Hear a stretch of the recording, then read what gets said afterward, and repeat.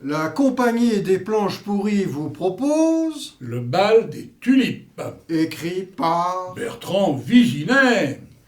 escroc de haut vol, sublime Margoulin, prince de la revente à la découpe, fort habile agioteur, sournois prévaricateur, confondant concessionnaire, artiste de la carambouille, parangon des détrousseurs de bas de laine, mais quand même un peu malhonnête, Karl Théophras Van Dyck sera Denis Mélier.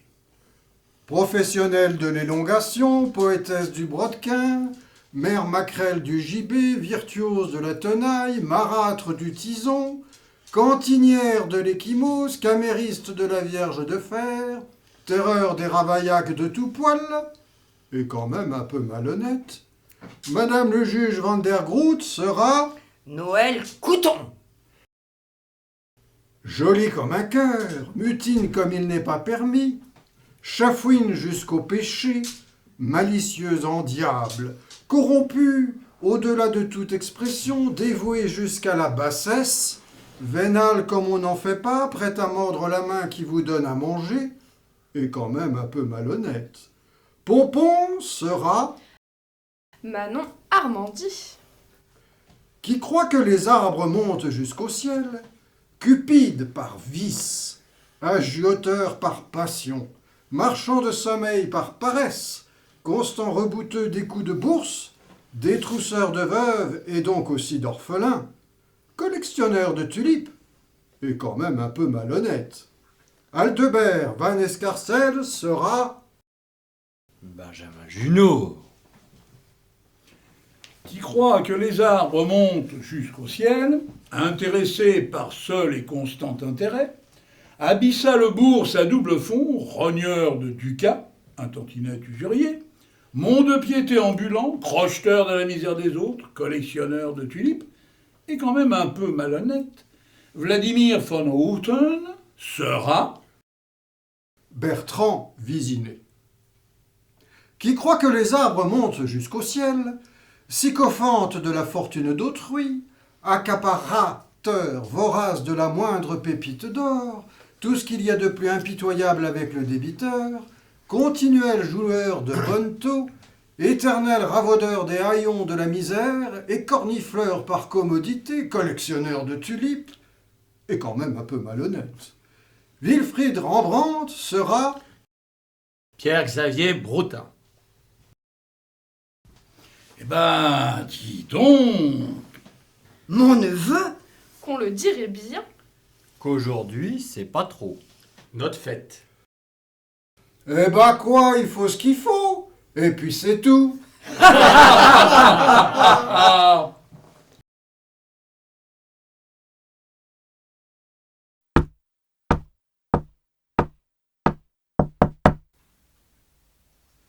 Qui va là?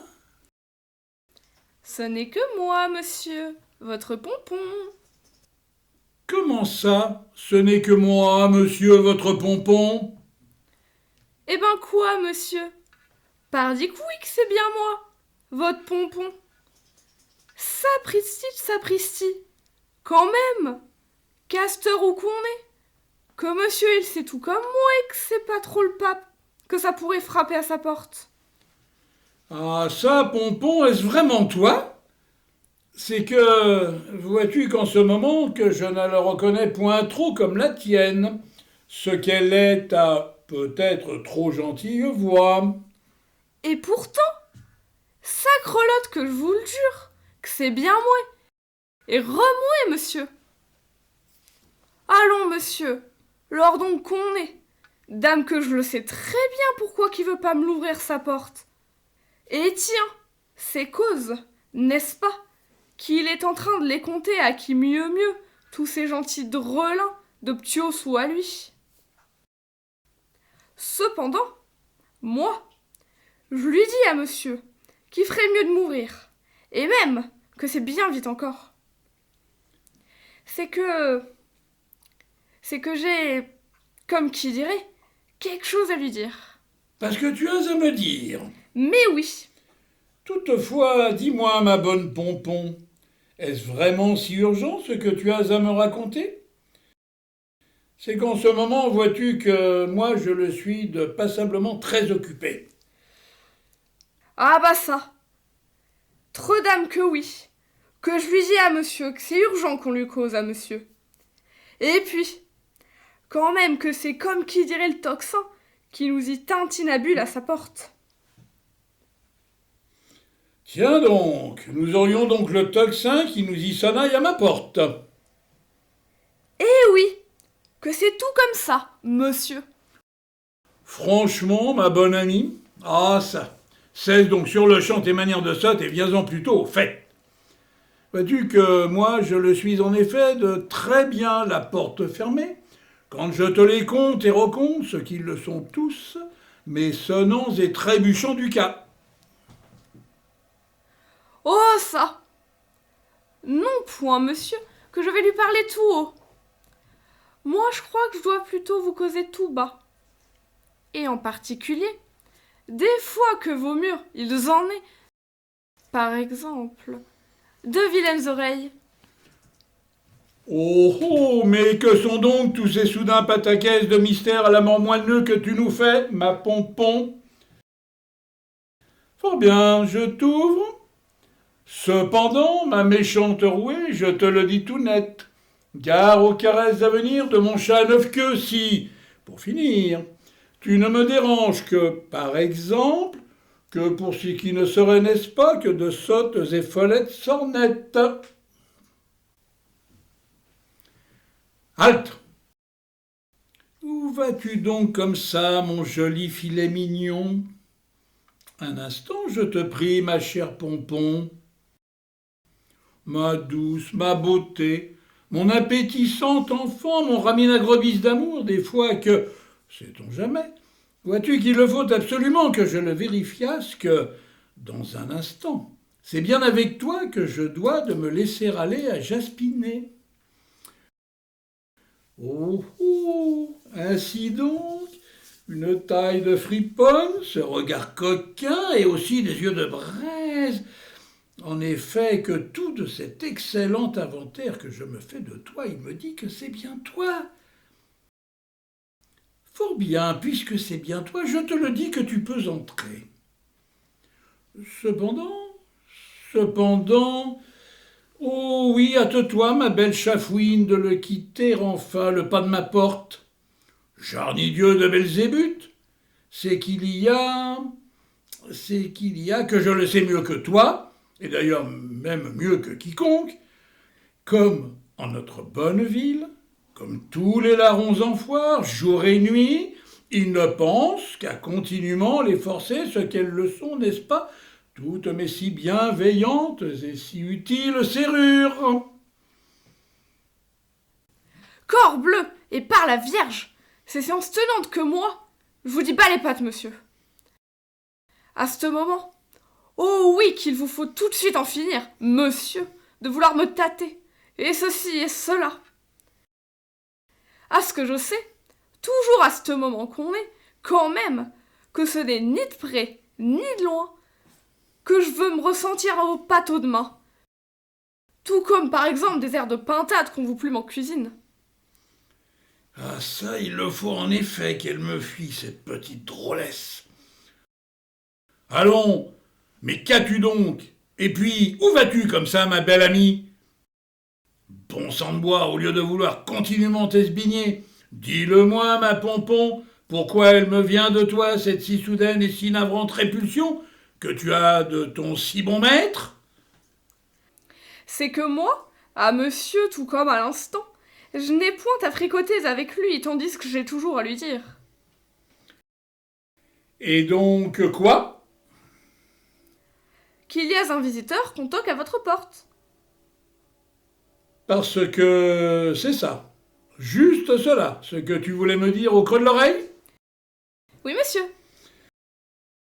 Dis-moi, pour toutes ces précautions que tu viens de prendre, sans doute que ce visiteur-là, il n'est pas très ordinaire, n'est-ce pas?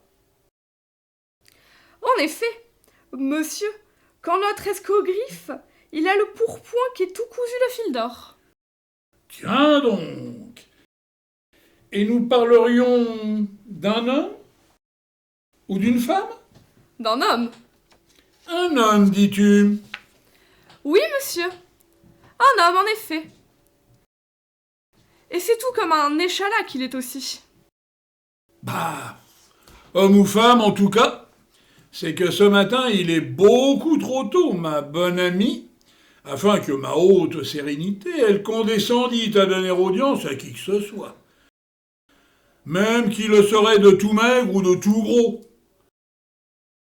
Ah ça, ma pompon, je te le demande.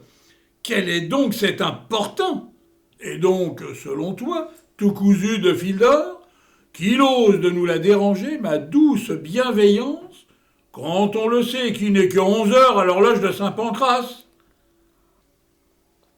Oh bah ça. Qui que c'est ça? Je sais pas trop. Cependant, moi, pardi que c'est ce que j'ai dit à ce monsieur. qu'11 heures c'était bien trop tôt pour déranger monsieur. Et que, donc aussi, que ce n'était point là des manières de faire. Eh bien, quand tu lui as dit tout ça, Pompon, moi je te le dis que tu as très bien fait de le lui dire. Mais dis-moi, Oui, monsieur. ce vindicatif monsieur, subséquemment, conséquemment, subsidiairement, que t'a-t-il répondu? Qu'il s'en moquait à jamais de ce que je pouvais lui baver. Quand, lui, il le savait que sa bourse, elle lui teintait dans sa poche, comme tout le gentil tocsin de Saint-Pancrace. Tiens donc, on sonnerait les cloches dans sa poche. Oh oh, saprelotte. Et c'est tout ce que j'ai à te répondre, en voilà bien un drôle de quidam. Mais bon, allez, ma brave rouée, chasse-le donc. Je te le dis que c'est à coup sûr tout ce qu'il mérite, ce pénible néfaste. Oh ça, monsieur, notre homme, de chercher à le mettre à la porte, vous le pensez bien que c'est tout bien ce que j'ai fait. Et tu auras fort bien fait de le faire. Cependant, pour suivre, quelle serait-elle sa réaction? Il n'y a que mon pantalon de bonhomme. Il n'a point même daigné tourner les talons. En vérité. En vérité. Ce qui aura alors conduit à quel inévitable babillage de la part de notre visiteur? Tout simplement que mon toujours tout grand et que mon toujours tout maigre, il me cajolerait longtemps de 1000 chatteries. Bon sang de bonsoir, que pour finir, que ce baveur-là, que ce n'était que du miel et que de la glu qui débagoulinait à qui mieux, tout dessus à mon crasseux de sarreau de boniche à monsieur. Et après? Il le faudrait, hélas, cause ma décidément résistance à lui ouvrir, que ce monsieur, il me gronda encore et encore. Tiens donc, on osait te gronder. Toi, une si bonne personne. C'est tout comme je vous dis. Cependant, rassure-moi, dis-le-moi bien vite que ce rustre d'homme, il n'en est pas venu avec toi ni aux insultes ni aux voies de fait. En effet, non point. Tant mieux. Oui, tant mieux, Pompon. Parce que, sinon... Parce que sinon... Cornegidouille, que ce misérable sire, voilà pardi qu'il aurait goûté un tant soit peu au nécessaire et gentil brigadier de notre si cher et si dévoué Roger. Ah bah ça. Et tiens, monsieur, en effet couille qu'il y serait venu de mon Roger à cette dernière fricassée de bâton. Que vous dites? Quand je le sais tout comme vous que notre Roger, il a volontiers la main laisse quand il faut les chasser au loin les visiteurs à monsieur. Et tiens encore, puisqu'on en parle de mon cher Roger, même que je le sais que ça l'amuse beaucoup de le fricasser à tire-larigot et à tort et à travers le rap des gens. En vérité, qu'il le soit de bon ou de méchant. Mais bon, cause de son éternel vindicatif, n'est-ce pas, monsieur, qu'il faudrait surtout pas que ça finisse un jour chez Madame la juge Vandergroat? Oh ça, en effet, ma douce Pompon, qu'il faut à tout prix l'éviter, la compagnie de cette chère Madame le juge Vandergroat. C'est qu'on le sait aux quatre coins de la ville, qu'il aime à l'infini de nous les faire chausser à tout bout de champ, ces si délicats et si pernicieux brodequins.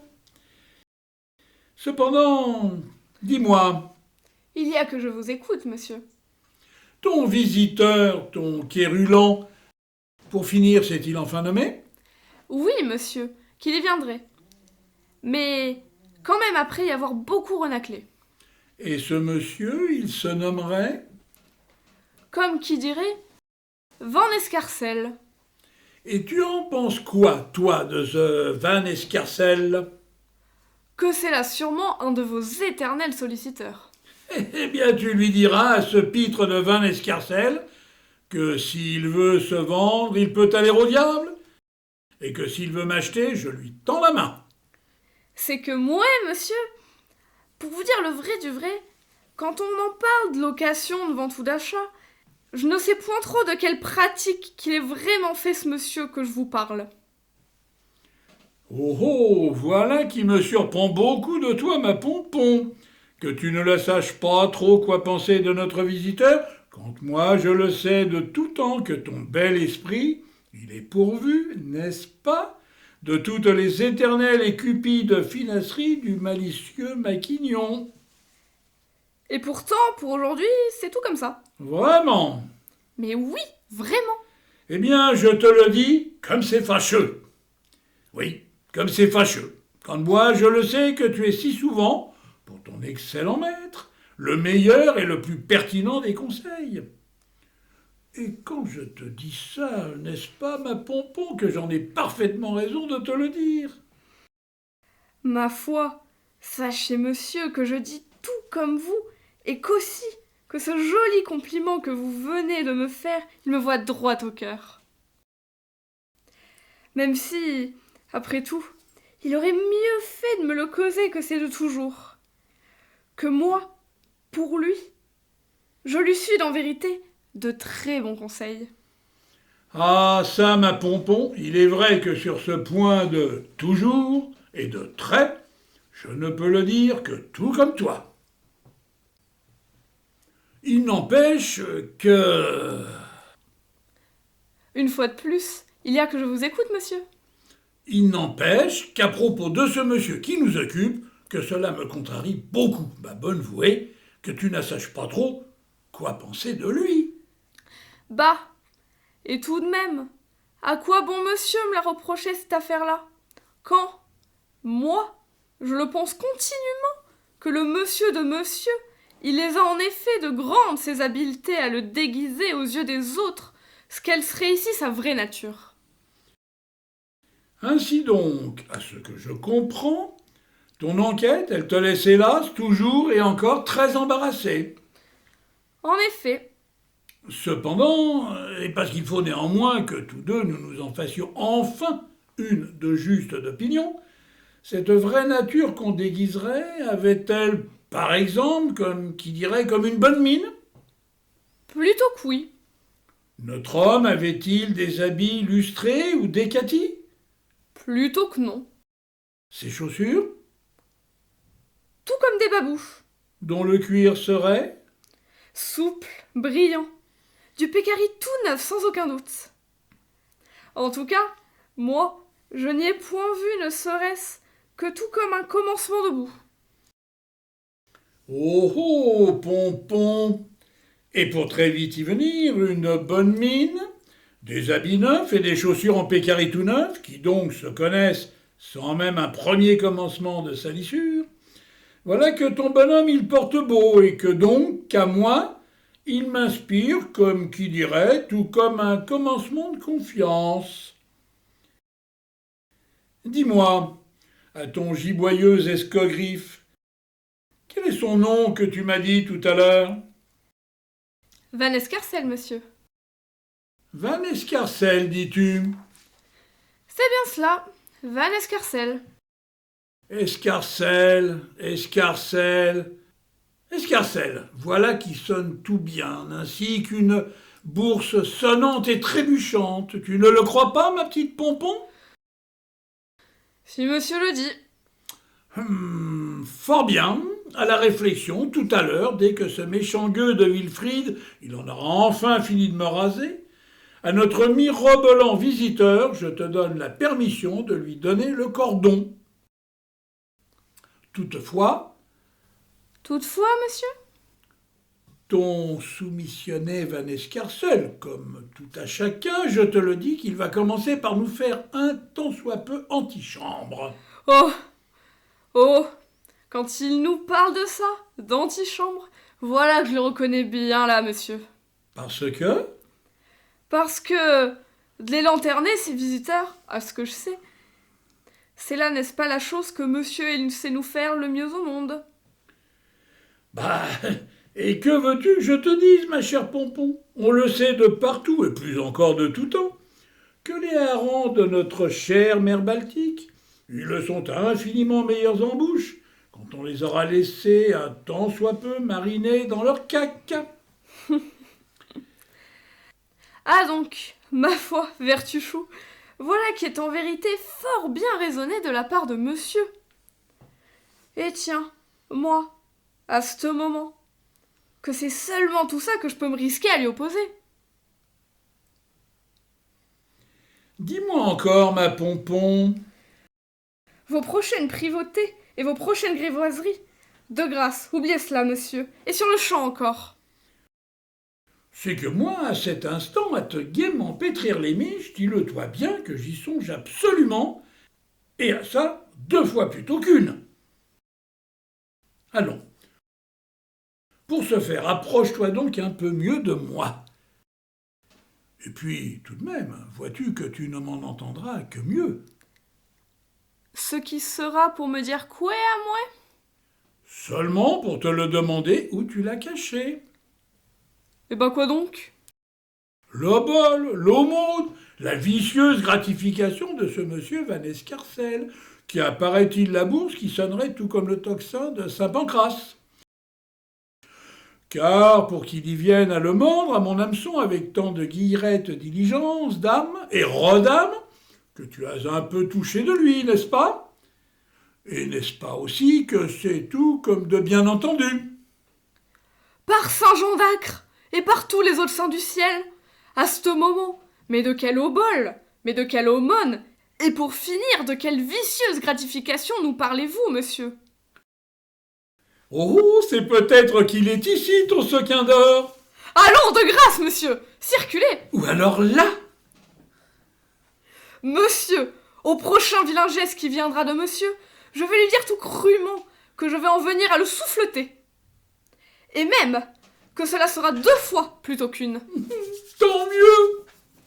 Prenez garde aussi à mon pied. Il y a, vois-tu, que ce pied, je veux bien le prendre avec toi. Et séance tenante encore. Par pitié, oubliez cela, monsieur. Ah, mais enfin, et à ce que je sais, n'est-ce pas que ce n'est pas toujours, et même que ce n'est jamais que tu dis non à la chose? Alors pourquoi en ce moment cette si curieuse et si funeste, et surtout si inattendue, défausse qui vient de toi? Tout simplement parce que moi, je le sais, que ce n'est pas du tout l'heure de batifoler avec cette Pompon, qu'elle est votre femme de chambre. Même pour un petit baiser? Oui, même pour un petit baiser. Parce que... Parce que... comme vous l'avez longuement entendu de moi il y a un instant, il y a toujours que nous l'avons dans les pas de ce visiteur qui, paraît-il, nous sonne les cloches dans ses 2 poches. Allons, monsieur, sauf à perdre dans l'instant tous les bienfaits à venir d'un colossal client, moi, je vous le dis tout net qu'il vous faudrait cesser de lui faire la figue plus longtemps encore. Tu le crois vraiment, ma Pompon? Oh que oui, monsieur, que je vous dis. C'est que j'ai, n'est-ce pas, et comme monsieur le sait tout aussi bien que moi, comme parfois de fulgurantes et de très lucratives intuitions. De celles dont d'ailleurs il se trouve, n'est-ce pas aussi, toujours très bien.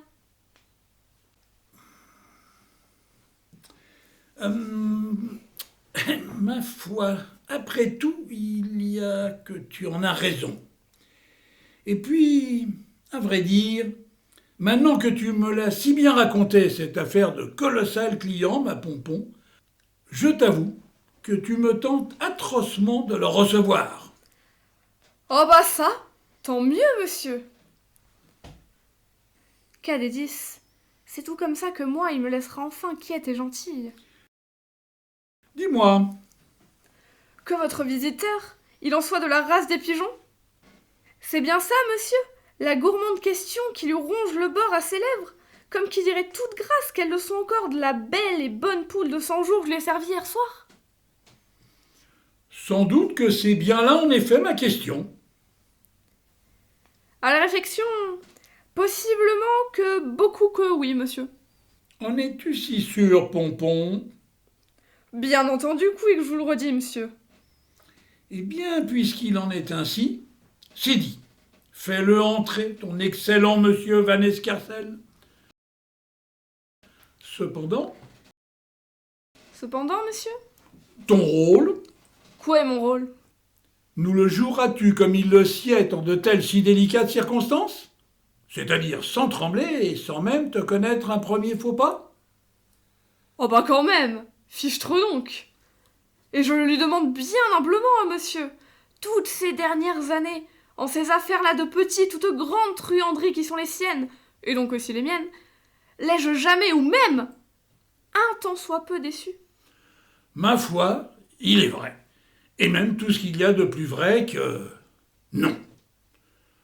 Toutefois, dans le cas qui nous occupe de ce monsieur Van Escarcelle de mes deux, est-ce que tu le veux bien de me le confirmer que je peux vraiment compter sur toi? Mais oui, que je vous le redis. Fort bien, puisqu'il en est ainsi que je peux compter sur toi, lors donc, à l'assaut. C'est que nous avons maintenant sur les bras, n'est-ce pas, ma méchante commise au vice que tu l'es depuis le premier jour où tu nous les as quittés, tes langes, un énième de ces fumeux bouffons de Richard qui nous font gaiement équarrir jusqu'au dernier reflet de son croupion. Ah, cette cupide curée. En effet que oui. Et que nous allons gaiement y venir, monsieur. Et allez donc, quand nous l'aurons enfin rincé, votre mirobolante pratique, tu parles que c'est sur la paille et le cul de tout nu qu'elle nous les chantera. À elle, ces tristes Noëls et ces désespérés évohés.